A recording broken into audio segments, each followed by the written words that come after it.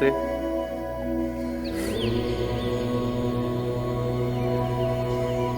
Civilization begins to appear when a workable system for living, that is, a proper relationship between man and nature, is established in accord with the given features of a region.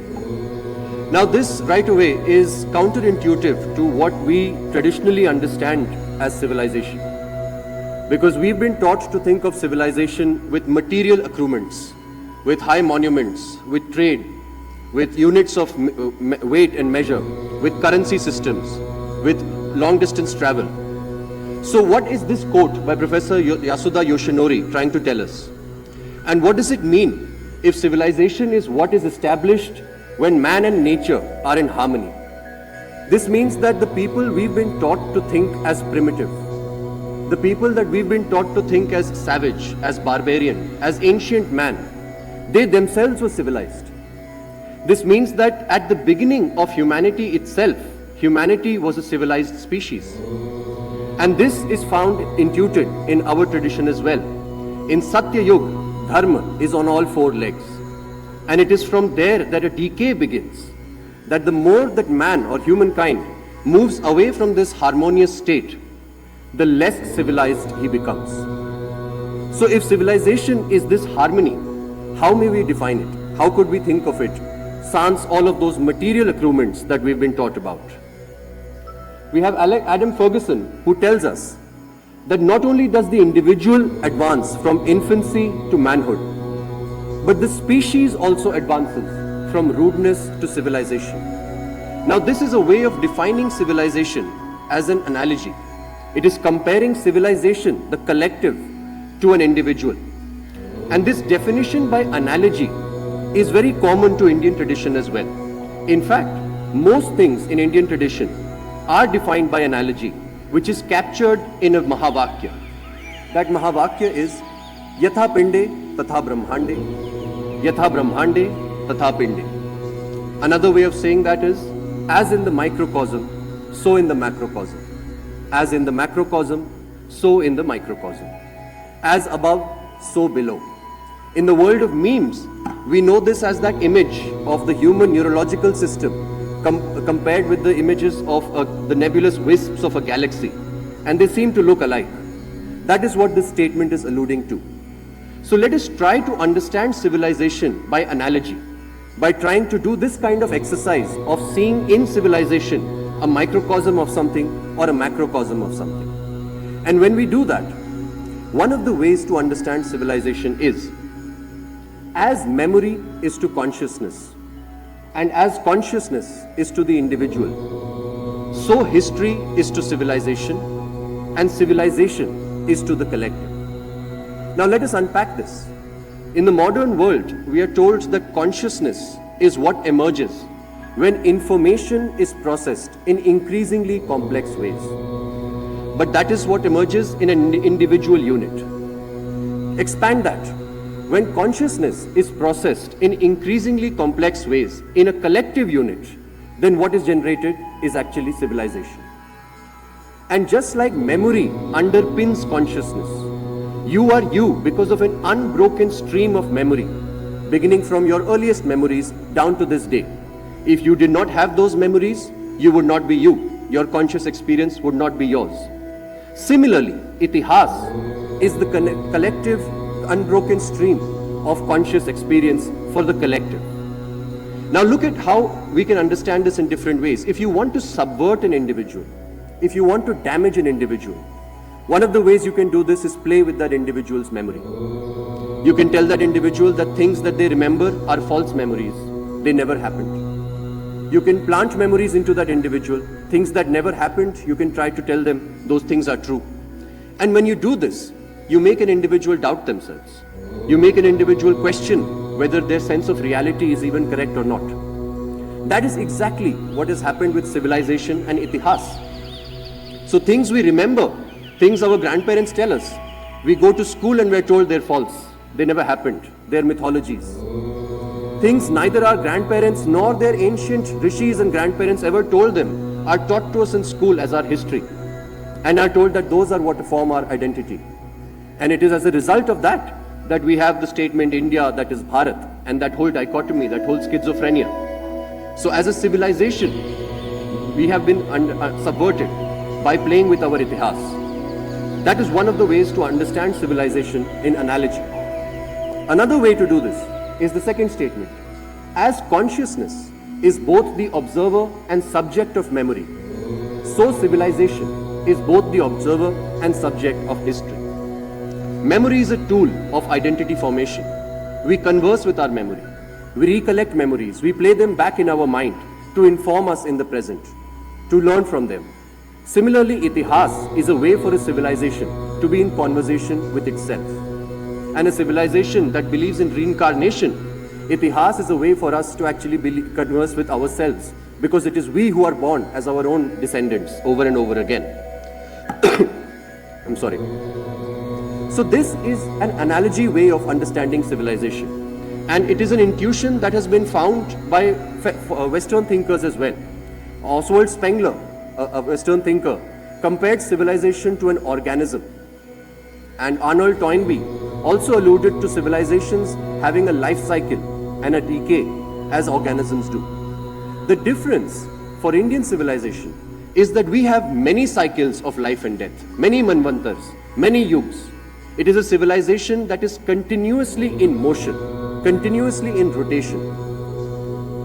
And what that rotation tells us, that with a continuity of untold millennia, the record of which is available to us in Ethos, information was processed in increasingly complex ways in a body, in a geographical unit. That geographical unit is Bharat.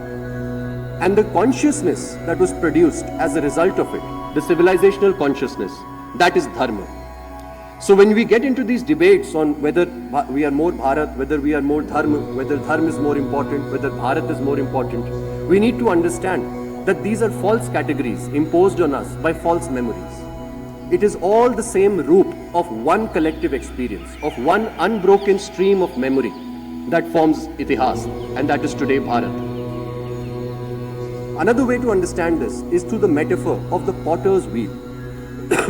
If you look at the potter's wheel, you can put a blob of clay on it, and if you start rotating that wheel, because of centrifugal force, the clay will disintegrate.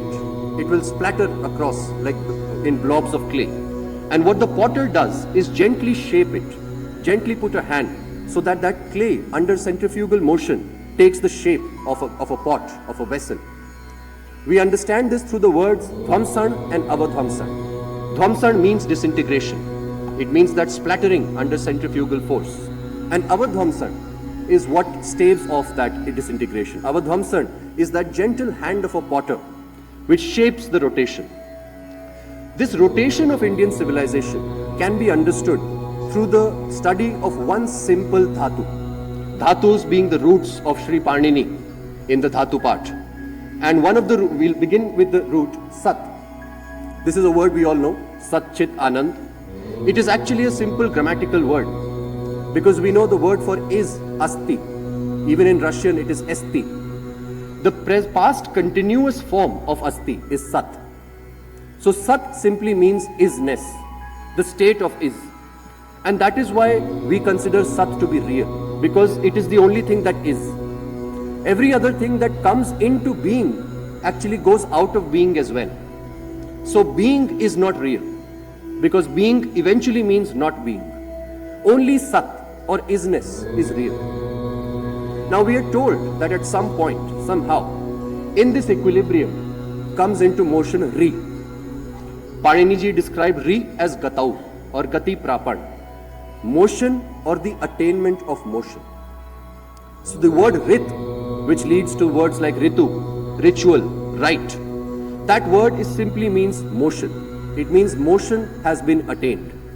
If you want to compare it to modern science, it's the Big Bang. Reality has come into being. Now when it comes into being, that is what is defined by Vrit. We understand Vrit through words like Vartan, Chakravarti, Vetan. It is motion. When motion happens, and ours is a civilization of mind, then the first motion is actually in the mind. Smrit. It gives us words like Smriti, Smaran. Smrit is motion in the mind. Yatha Pinde, Tatha Brahmande. So like Rit is motion in reality, Smrit is motion inside your head. When there is motion inside our head, it can result into creation. It can manifest in reality as matter. That is what we understand as Krit and Kriti, Karta, Kartra, creation. When mind is converted to matter, what do we do next? We can create lots of things. We can create all kinds of things. But eventually, what the human collective wants to do is prosperity of the human collective, which is defined by Prit, Purti, Prem, Puran, fulfillment, nourishment. Sri Aurobindo also defined that civilization and the unique feature of Indian civilization, it is designed for Purti. It's designed for nourishment. So this pursuit in this motion of the potter's wheel that the civilization is on, when we start pursuing pleasure, some things will hit, some things will miss, some things will work right, some things will not work right. And this is the process of design. In design, over iterative cycles, over many cycles, we figure out the best way of doing things. That is what the civilization is also dedicated to. That gives us the word Dhrit. Dhrit means established. It means sustained. It means tethered. Dhrit is what ensures that we do not disintegrate under that centrifugal force. It keeps us rooted. And in fact, the word dharma comes from Dhrit. Dharayiti iti loko. Established in this realm. That is dharma. So dharma is what tethers us to this reality. Dharma is what ensures that we do not disintegrate. It is avadhamsan, the prevention of dhamsan. And that is how Dhri, the root, is also defined by Sri Panini as avadhamsan.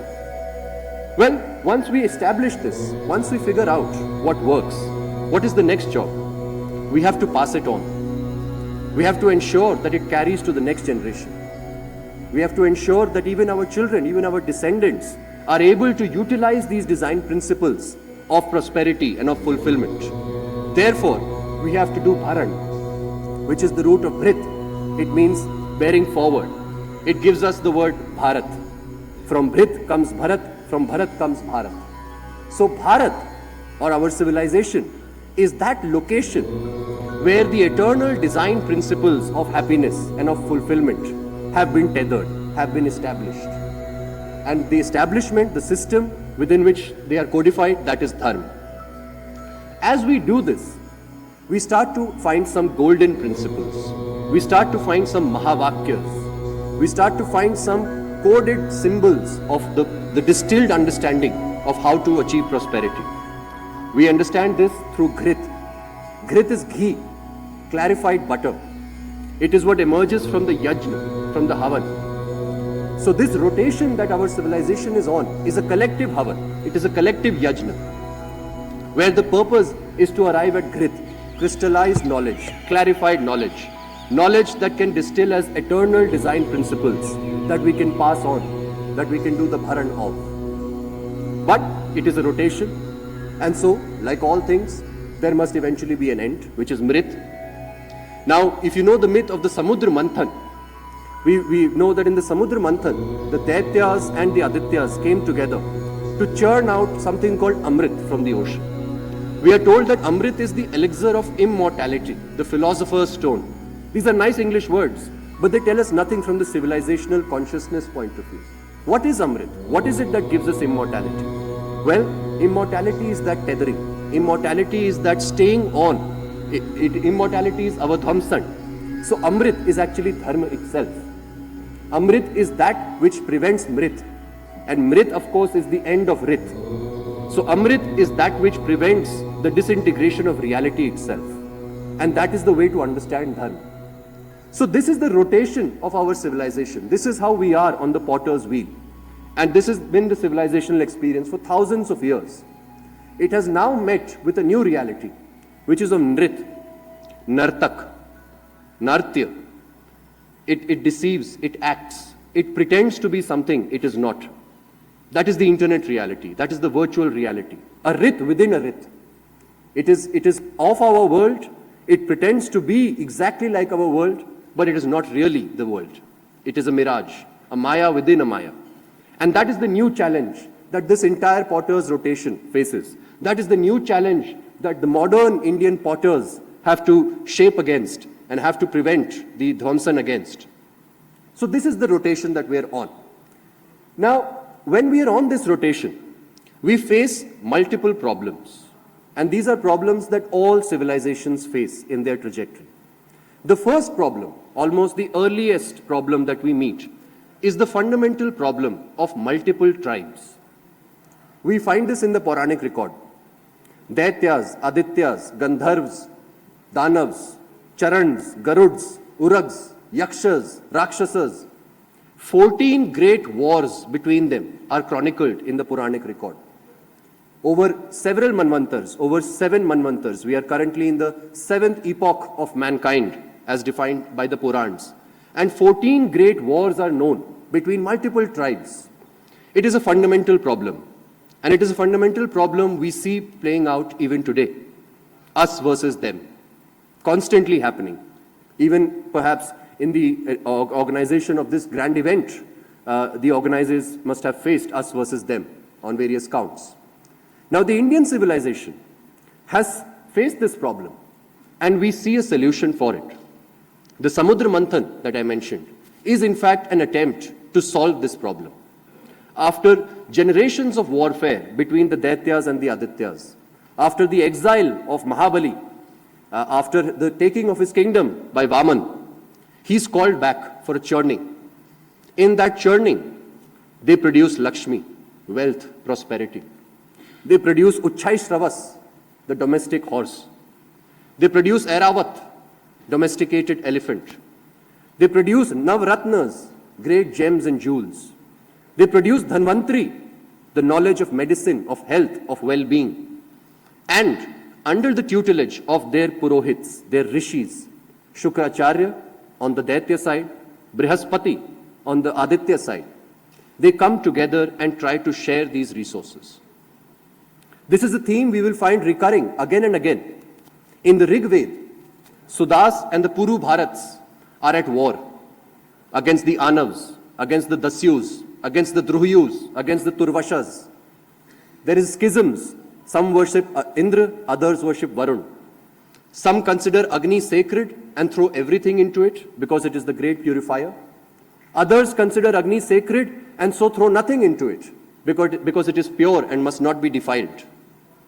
Some consider the Asurs to be dark forces, to be dark entities. Others say Ahur Mazda or Asur Med is the primal Daivik entity.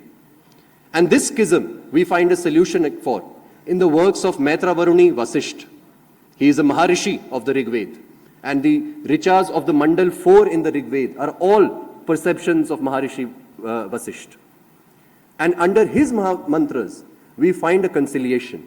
He invokes Indra and Varun together. They are both equally Daivik. They are both equally capable of taking us to prosperity. So yet again we find a conciliation by a Maharishi between warring tribes. And this is the first fundamental problem. But let us say you solve it. Let us say that for a while our Dhwamsan or staving off disintegration is achieved. But then you face the next problem, which is the problem of leadership. We know of Mahabali, Trilok Chakravartin, and yet he turns evil. He begins to oppress his people. We know of Ven, who comes many generations after Mahabali. He bans the worship of the Devs. He says that only I must be worshipped. Each of us would be very okay with a benevolent dictator. The problem is, how do you ensure the dictator's son does not become a tyrant? So this problem of leadership is solved in the modern world with democracy, which the great democratic hero, Winston Churchill, he said it's the worst system that ever is, except for all the others. So democracy is only a working solution we currently have. But the fundamental problem of leadership, of ensuring that we are on that rotation in a prosperous way, of ensuring that that hand of the potter is always on the wheel, gently shaping that rotation, is very important. In the Indian civilization, we have understood it as Raj Dharma. We all know, of course, of Maryada Purushottam, Sri Ram. And we know of his story, his great victory over Ravan. The other half of his story actually begins after that. Because after that, he returns to Ayodhya, and that is when he is crowned king. And then he embarks on a grand Ashwamedh with his brothers. At the end of his life, he sits with Lakshman, and he recounts to Lakshman what are the qualities of a king. What should a king do? How should a king conduct himself? That list holds true for any government even today. It talks about how to manage wealth. It talks about looking after even the lowest denominator of society. Something that in our textbooks we all read as Gandhiji's talisman. It is actually Sri Ram's talisman.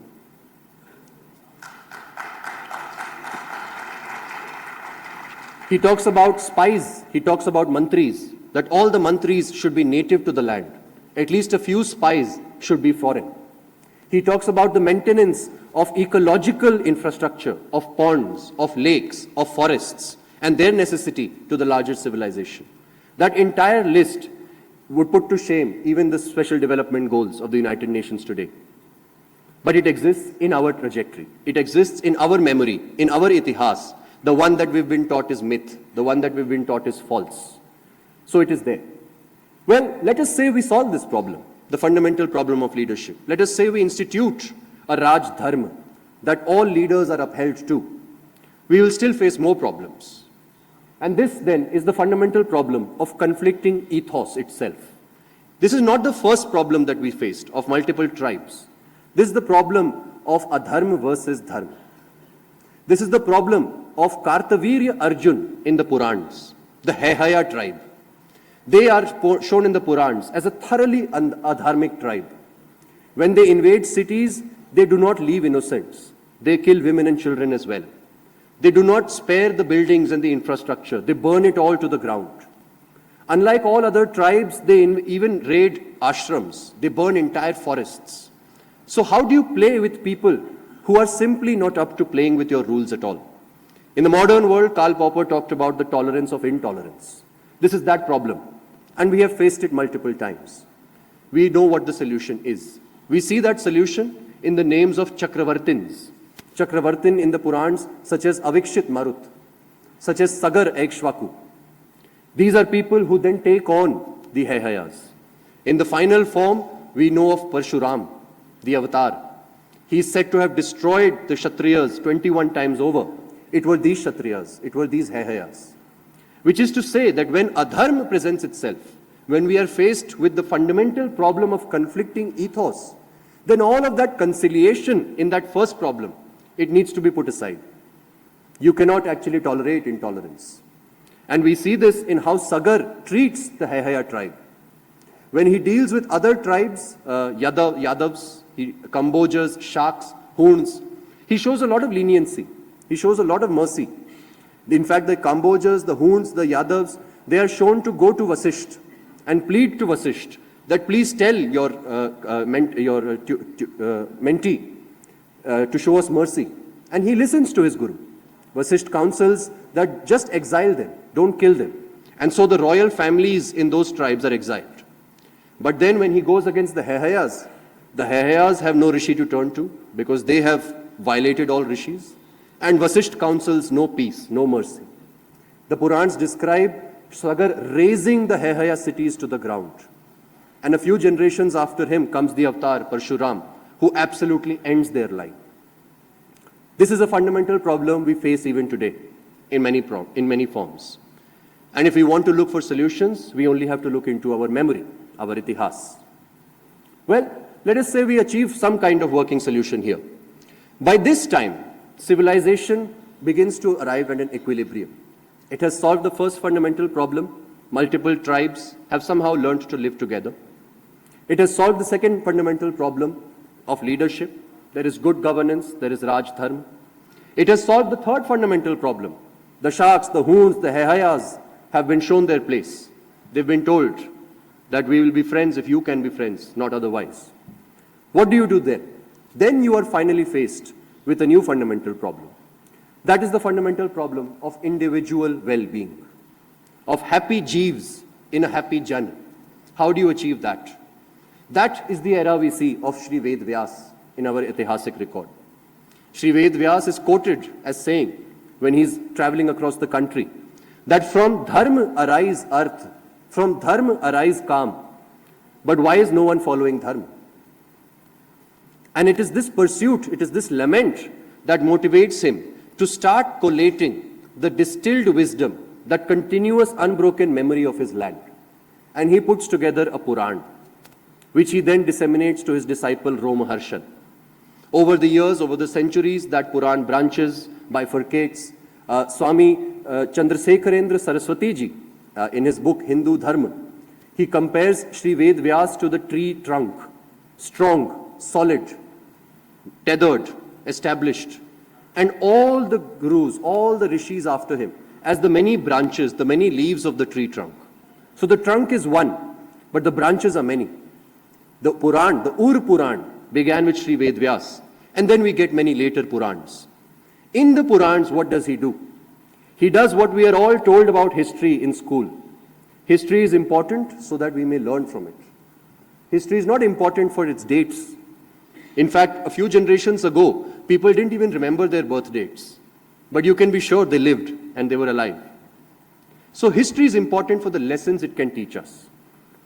Sri Ved Vyas takes the history of the land and encodes it with the Purusharth, encodes it with the Varnashram Dharma, encodes it with all the many ways in which our ancestors solved these fundamental problems, and then arrived at this one of the individual well-being. That is the Puranic record that we have. That is the history or the memory of our collective consciousness that we can be in touch with if we but wanted to. Well, how are we faring on this problem in the modern world? Look at cities like Seoul, South Korea. Extremely developed, extremely civilized in all the ways we may define that modern world. Skyscrapers, public transportation, medical technologies. It has one of the highest rates of suicide in the world. Take the nation of United States. We've all grown up to the visions of Hollywood, of NASA, of United States being the pinnacle of development, of civilization, the altar of individual rights. It is today a nation under a drug epidemic, opioid epidemic. It's a nation where people take pills to sleep, pills to work. It is a nation where people have Doritos for infants, chips that they feed their young kids instead of mother's food. Is that civilization? Is that individual well-being? And this is a problem that we face today. And this is a fork road for us in India, because we can reconnect with our ancient memory to come up with solutions to this problem, or we can follow the path that we see developed nations taking, and therefore we will be resigned to the same fate as well. Let us say we solve this problem also. Then we face the final problem. This is the problem of managing wealth. Because you see, what a society, what a civilization does best is create wealth. It creates wealth of knowledge, of information. It creates wealth of power, of sovereignty, of autonomy. It creates wealth of profit, of money. It creates wealth of skills, of art, of crafts. These are the four great kinds of wealth. And our civilization created all those four kinds of wealth. But then how do you manage it? What happens if those who own the knowledge also start owning the power? What happens if those who are given to the pursuit of profit also start controlling education? What happens if those who are dedicated to arts and crafts are exploited by everyone else? And these are the fundamental problems that our society started facing right at the time when we were put into a dungeon. So if you come back to that first statement of what civilization is, compared to an individual consciousness, imagine putting an individual into a dungeon. Imagine for 50 years, because it's an individual, part of a human life, every day you tell that individual that they are silly, that they are primitive, that they are savage, that they are stupid for having whatever beliefs they might have, that you beat them, you sodomize them every day. What would happen after 50 years when you let them out? For a while, they wouldn't even be able to stare into the sun. And imagine the kind of time it would take for them to process that trauma. That is what happened to our civilization. No sooner did we start facing this problem, we were put into a dungeon. And you can round it up, we were put into a dungeon for more than 1,000 years. For those 1,000 years, we were told that our memory is not true memory. For those 1,000 years, we were planted with false memories, that some of you came from outside, the others oppressed the others, and so on and so forth. And it is the result of that endungeoning of 1,000 years that we face today. That is the dichotomy of India and Bharat. In fact, you can insert a third one in the middle, India, Hindustan, and Bharat. And it's a result of this unbroken, of the broken memory that we have, which could be a single unbroken continuity, if but we started to face our Ethos well. Thank you. Namaste, sir. So there's a saying that a very easy way to destruct some country's future is to destruct or distort its past. When you destruct or distort someone's past, it already lays the ground for future destruction. Ji. What's your say on that? Absolutely. So all of this, we are helped if we use the analogy of individual consciousness. How do you process your memory, and what are the ways in which you use it? You, of course, use it to inform your future as well. You make plans of what you want to be, of things you may want to do tomorrow, day after tomorrow, over the long term. Where do you see yourself in 5 years from now? There is no way to answer that question if you didn't have memory, because you would not be yourself. The question would not make sense if you did not have a past stream. So absolutely, the same thing holds at the level of collective consciousness as well.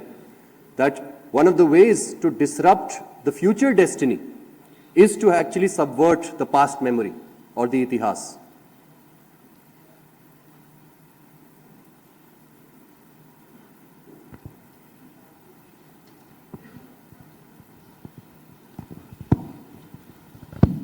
Namaste, sir.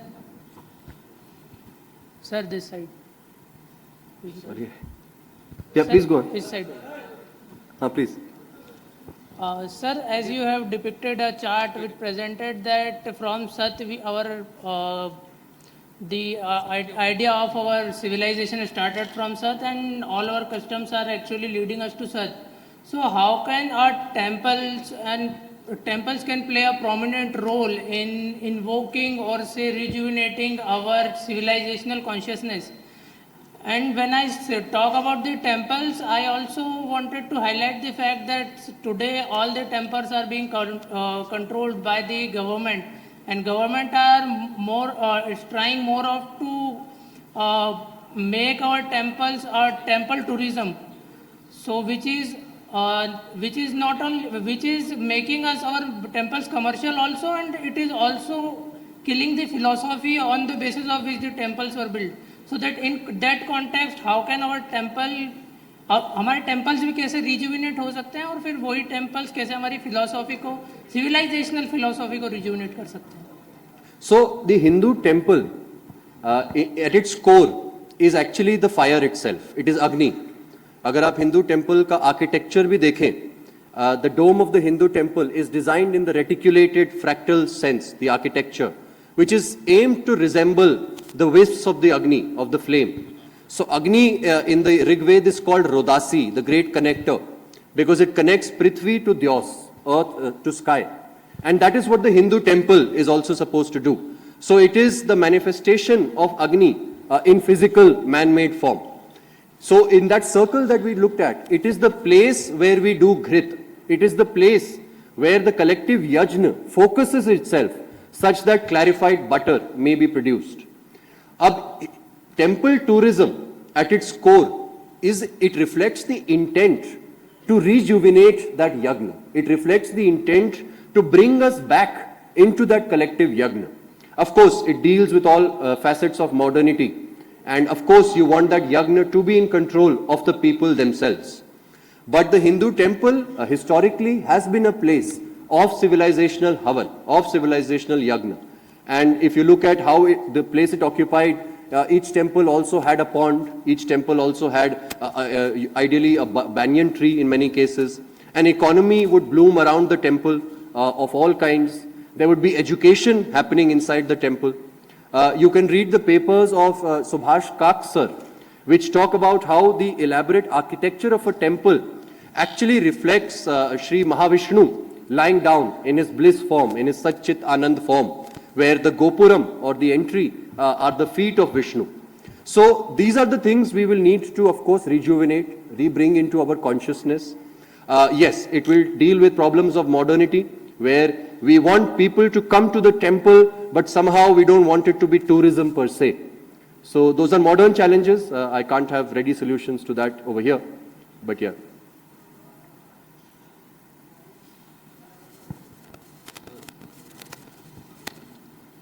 नमस्कार sir, मेरा प्रश्न आपसे यह है कि हमारा जो पौराणिक या कह सकते हैं ट्रेडिशनल इतिहास है, उसके अकॉर्डिंग हमारी भारतीय सिविलाइजेशन हजारों नहीं लाखों वर्ष पुरानी है, लेकिन ऐसा क्यों है कि हमें उसका कोई भी मटेरियल एविडेंस नहीं मिलता है, और इसकी वजह से पश्चिम द्वारा हमारे इस ट्रेडिशनल इतिहास की परंपरा को बार बार नकारा जाता है।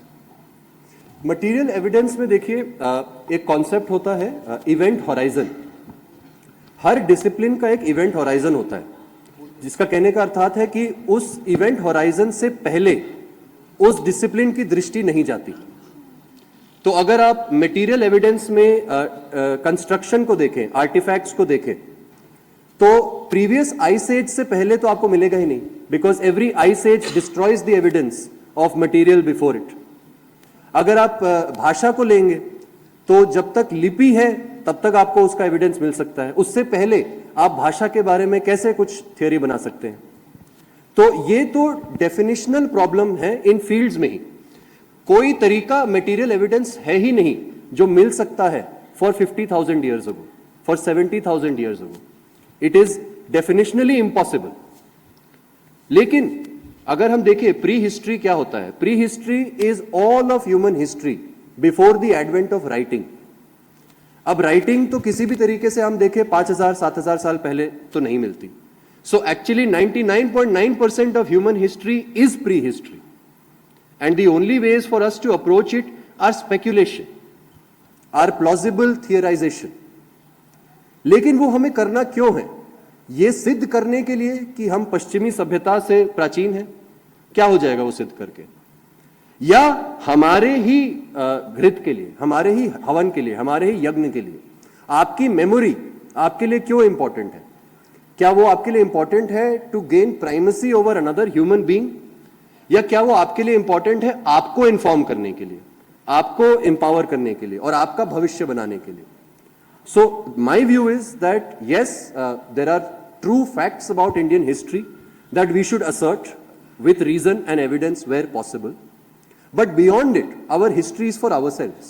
It is for our learning. And it doesn't matter, rhetorically speaking, if the white man doesn't like it. That's fine.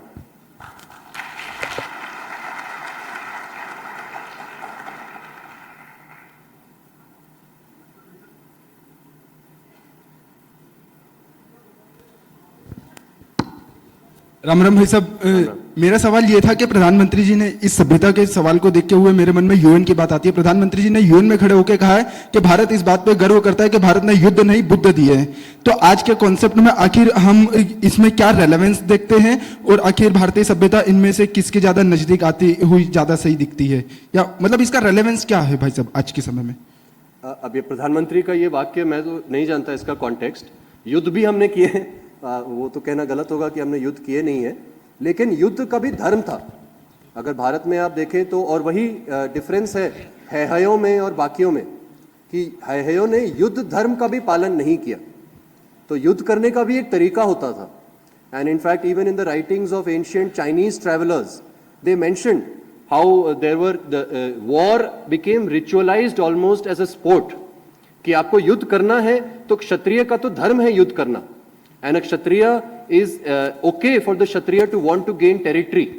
So if you want to expand your territory, so Rajasuya, the ritual of coronation itself, Ashwamedh, the ritual of territorial expansion. So how can a civilization who invented Ashwamedh be a civilization that never did युद्ध? तो yes, युद्ध किया है हमने, लेकिन conquest of other people such that their destiny is snatched from them. That is what Bharat never did. And that is because of Bharat's बुद्धि। तो आप जो युद्ध और बुद्ध की बात कर रहे हैं, even our युद्ध was informed by our Buddha, is what I would say.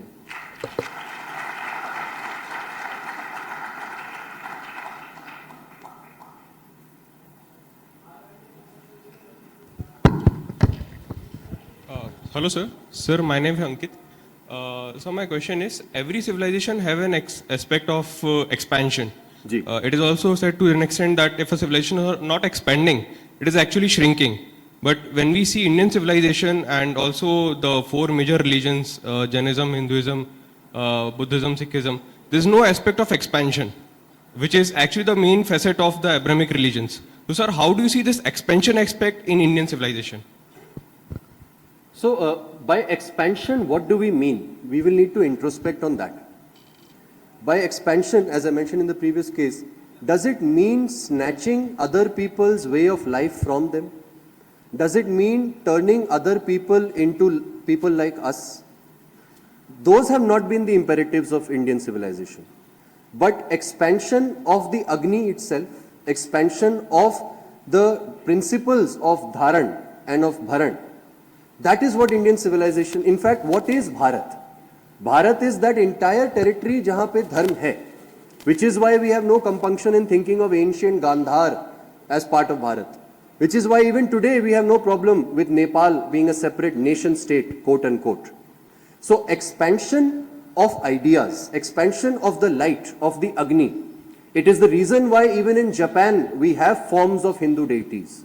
It is the reason why something like Buddhism traveled across shores without blood being shed per se. So expansion, Indian civilization is given to, but expansion not of itself, but of light, of Agni. Of Dyos to Prithvi, Prithvi to Dyos, of ascension.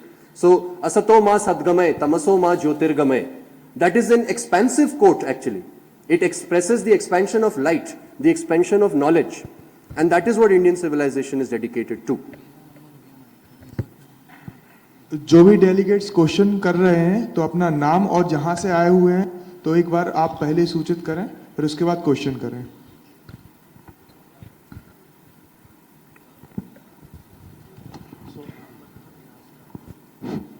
My name is Alekh Sharma, I am from Gwalior YTC. Sir मेरा question आपसे ये था, जो हमारा main topic है भारतीय view of world civilization in India. आज हम देख रहे हैं कुछ केओस हैं हम लोगों में ही कि इंडिया एंड भारत हम किसको चूज़ करेंगे. तो हम जब वर्ल्ड सिविलाइजेशन की तरफ देखते हैं तो पहले क्या हमें खुद की तरफ नहीं देखना पड़ेगा कि हम अपनी सिविलाइजेशन को किस तरफ लेके जाएंगे? जी जी बिल्कुल. मैं इसका मतलब हाँ के आगे क्या जवाब मैं दे पाऊँ, मैं नहीं समझा. मतलब आप अपना सवाल अगर दूसरे तरीके से शायद पूछ सकें. मैं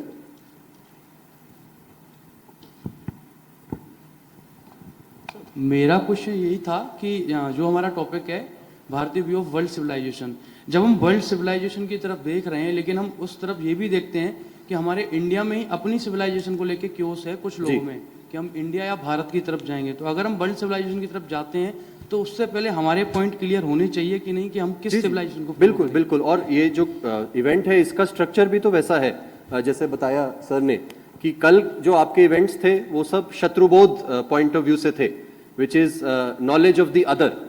और आज के जो इवेंट्स हैं वो डेडिकेटेड है स्वयंबोध के बेसिस पे, which is knowledge of the self. तो ये मतलब अगर मुझे याद आ रहा है कि बचपन में हम सब ने वो कहानी सुनी होगी कि mother takes a child to Guruji कि ये बहुत खजूर खाता है, इसकी खजूर की आदत छुड़वा दीजिए.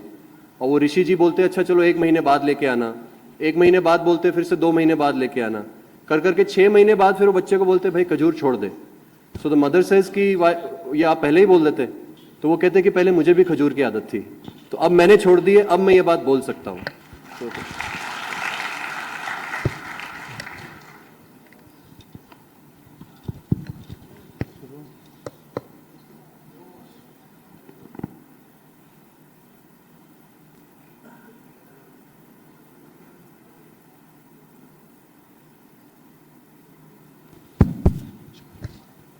Hello. Thank you for a wonderful presentation, sir. My question to you is, you inserted a word in the end, you ended it on a smart note, that we can insert Hindustan in between of India and Bharat. We know that we identify India with the Greek invasion and all that. They given us this name based on a mistranslation of River Sindhu.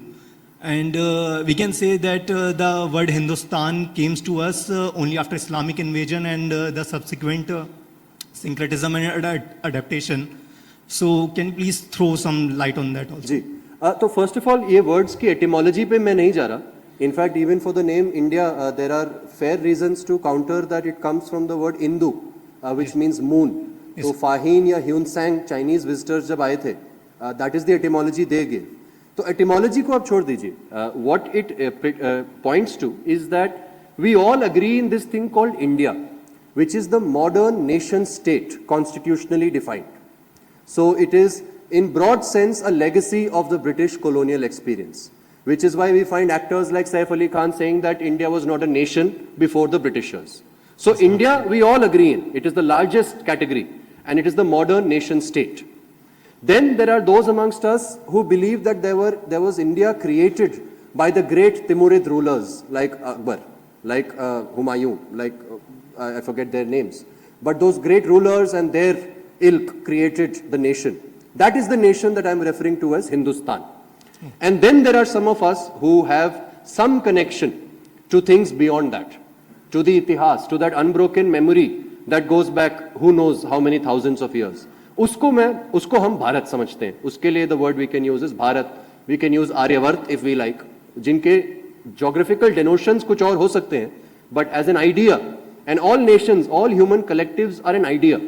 So we are a civilization because we have some shared ideas. We are a nation state because we believe in this thing called the Constitution together, you and I both. If we didn't, the nation state would cease to exist.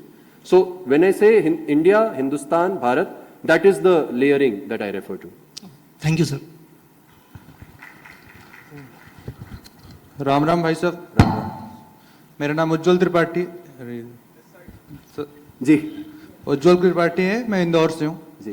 Sir, एक तरफ मुझे गर्व होता है कि मैं भारतीय संस्कृति से हूँ, लेकिन वहीं पे जब मुझे पढ़ने के लिए विवश किया जाता है कि हमारे जो कालिदास उन्हें बोला जाता है शेक्सपियर ऑफ इंडिया के तौर पे दर्शाया जाता है, और वहीं पे जो समुद्रगुप्त है उन्हें बोला जाता है नेपोलियन ऑफ इंडिया, तो एक विरोधाभास के रूप में कार्य हो रहा है. एक तरफ हम मान रहे हैं कि हमारी संस्कृत महानतम है, लेकिन ऐसा क्यों हो रहा है कि हम किसी और के नाम की उपाधि ले रहे हैं? क्या ऐसा नहीं हो सकता? मुझे नहीं चाहिए कि हम शेक्सपियर को बोलें कालिदास ऑफ इंडिया, बट ये भी नहीं चाहिए कि हम कालिदास को बोलें शेक्सपियर ऑफ इंडिया. तो मेरा आप इस पे थोड़ा प्रकाश डालने का. मैं आपके साथ 100% सहमत हूँ. तो इस पे हम क्या कार्य कर सकते हैं कि ऐसी चीजें हमें बंद करना होगा और कुछ नहीं है. लेकिन मजबूरी बस हमें कुछ भी परीक्षा अध्ययन के लिए इसका तो अनुसरण देखिए, करना पड़ता है. The solution to bad ideas is more good ideas. The solution to bad books is more good books. The solution to bad names is more good names.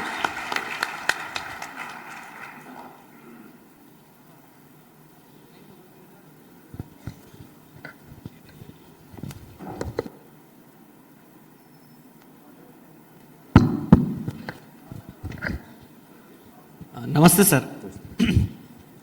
मेरा आपसे एक छोटा सा सवाल ये था कि जैसे कि आप बता रहे हैं कि जो भी मटेरियल एविडेंस है वो 5 से 7,000 साल पुराने नहीं मिल सकते भाषा के.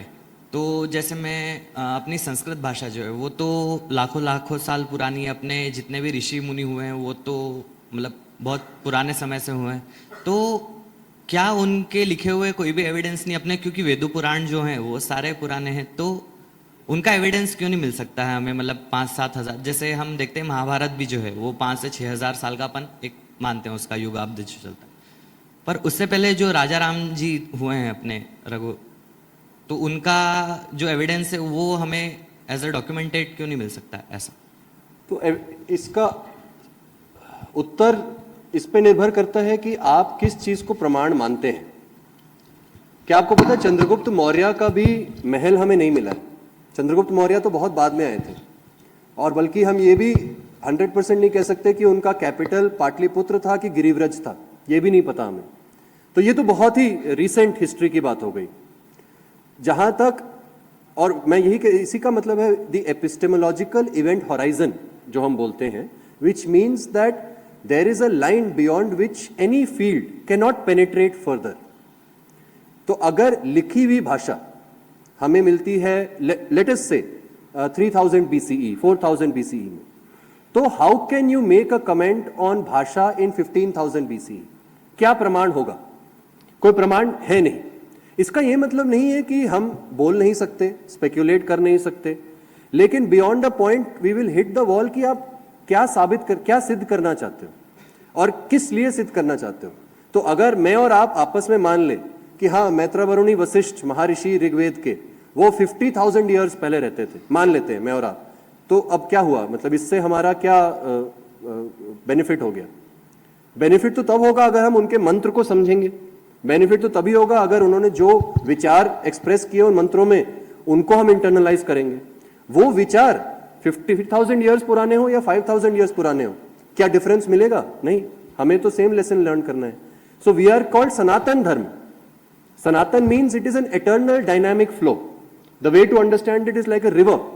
अब river is constantly flowing. Can you point out old river and new river in the Ganga? You can not. And does it matter for you too? It does not.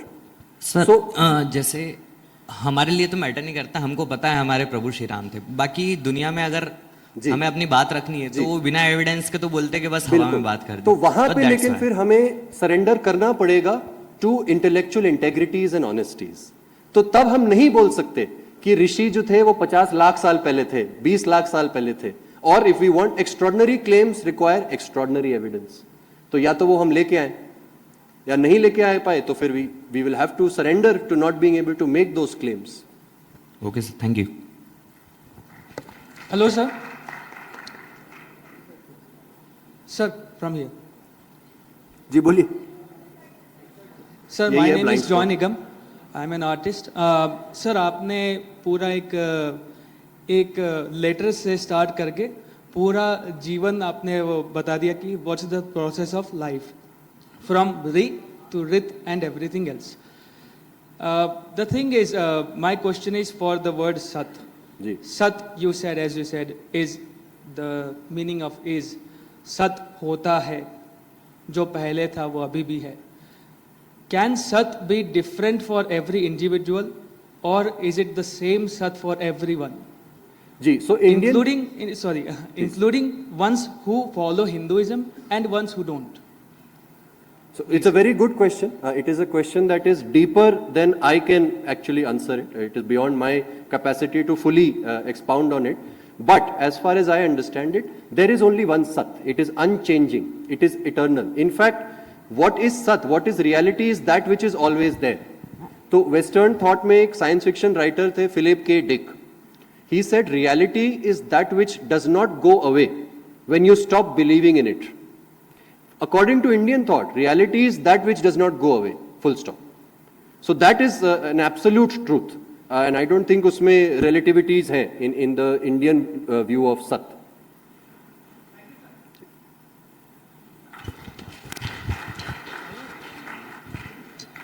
जी, मुझे पूछना था कि हमारी सभ्यता इतनी पुरानी है कि हर स्मारक पे चिन्हित मिलती है, भले वो ज्ञानवापी काशी विश्वनाथ मंदिर हो या राम जन्मभूमि हो, कुतुब मीनार हो, ऐसी बहुत सारी स्मारकें हैं जहाँ पर हमारी सभ्यता हमें चिन्हित मिलती है। लेकिन हमें हमारी ही सभ्यता क्लेम करने में इतना ज़्यादा समय लग जाता है। अगर दूसरी तरफ देखें तो एक ही दिन बाद मज़ार खड़ी हो जाती, पत्थर रखते हैं, हरी चादर चढ़ाते हैं और मज़ार खड़ी हो जाती है। तो इस पर आपका क्या व्यू है कि जो राम जन्मभूमि है उसको हमें क्लेम करने में इतना समय लग गया, अब हम हमारे दूसरे मंदिरों की तरफ बढ़ रहे हैं, तो इस पर आपका क्या व्यू है कि हमें हमारी चीजें क्लेम करने में इतना समय क्यों लग रहा है? इसका एक उत्तर तो यह है क्योंकि हमारा तरीका है चीजों को ठीक से करने का, सात्यता के साथ करने का। तो the path of truth is always slower, longer and more arduous. तो वो एक कारण है। उसके बाद we are operating in a situation where हम लोग काउंटर फोर्स अप्लाई कर रहे हैं। तो एक एग्जिस्टिंग inertia, existing state था which we have inherited. Now we are applying counter force to change that state. तो counter force जब आप लगाते हैं तो it will always have to be equal to the sum of the force that was initially applied in the opposite direction. तो जो आप जो कह रहे हैं वो स्थिति है because we were in a dungeon for 1000 years. अब उस स्थिति को counter force लगाने के लिए वो 10 साल में तो शायद नहीं होगा, 50 साल में तो शायद नहीं होगा, थोड़ा टाइम तो लगेगा। तो I mean that is the best of answer I can give, but या। नमस्ते सर। जी नमस्ते। जय श्री राम। मैं श्रीरंग पाठक संत भूमि महाराष्ट्र से आया हूँ। मेरा सवाल आपसे है कि आपने पुराण के रेफरेंस दिए। विष्णु पुराण में ऐसा है कि perpetual creation and destruction of universe Hinduism बात करता है। ऐसा बोलते हैं कि ब्रह्मा जी 100 साल जिए हैं, मतलब as compare to years 311 trillion साल कुछ तो भी होते हैं। तो और एक मनवंतर मतलब 4.32 बिलियन साल। और साइंस भी बोलता है कि जो पृथ्वी का स्टार्टिंग जो है, मतलब जहां से क्रिएशन चालू हुआ है, वो 4.28 बिलियन साल है। ऐसा तो नियर अबाउट सेम है। तो क्या हिंदुइज्म में जो पुराण में बोलते हैं, एक दो है, एक पुराण और एक इतिहास, तो पुराण भी ही इतिहास है और इतिहास और पुराण अलग अलग है? या आप थोड़ा सबको बता देंगे तो अच्छा रहेगा। आपने जिस एक्सपर्टीज से वो सारे नंबर गिनाए, मुझे लगता है आप बता सकते हैं खुद भी, तो बट नहीं। सो पुराण, हाँ, इतिहास जो शब्द है वो एक्चुअली महाभारत और रामायण के लिए यूज हुआ है। पुराणों के लिए पुराण में इतिहास वर्ड नहीं यूज होता है। बट इतिहास को अगर हम लिटरली उसकी एटिमोलॉजी देखें, इतिहास, श्री विवेक देबरॉय जी इसके बारे में काफी अच्छे से बात करते हैं। Professor Bal Gangadhar also has written about it. तो it literally means this is how it happened. Itihasa, purana means पहले का। तो ये डिफरेंस एटिमोलॉजिकली उनके बीच में है। लेकिन in the Indian way of things, हम जब पुरानी बातें कर रहे थे पुराण में, we were actually talking about how it happened. So even if explicitly it is not said कि पौराणिक और ऐतिहासिक कथा दोनों एग्जैक्ट कॉन्ग्रुएंट है, they are effectively to mean the same thing. आपने जो एज ऑफ यूनिवर्स की बात की, उसमें I would advise some caution. What if tomorrow new discoveries in science show to us that the universe is older than 13 billion years? तो अभी तो आपका पौराणिक गणित 14 बिलियन और फिजिक्स का गणित 13 बिलियन पे मैच कर रहा है, हम बड़े खुश हो रहे हैं। कल को वो फिजिक्स का नंबर अगर 26 बिलियन पे पहुंच गया, तो इस कंपैरिजन का क्या बेसिस बचेगा? So we have to be careful in consciously और subconsciously validating our memory by comparing it to science. We don't need to. My memory is my memory. I don't need to validate it through anyone. नमस्ते sir, मेरा नाम श्वेत सक्सेना है और मैं दतिया से आया हूँ। सर, मैं आपसे पूछना चाहता हूँ कि जैसे पुराणों में और वेदों में भी सुर और असुर के बारे में वर्णन मिलता है, तो जैसे सुर और असुर का जो युद्ध है, दोनों ही एक ही भूमि से आते हैं, आर्य भूमि से आते हैं, फिर उनके विचारों में इतना मतभेद देखने को मिलता है कि बार बार गृह युद्ध की स्थिति होती है। ऐसा उस पर आप प्रकाश डालें। आपके भाई बहन है?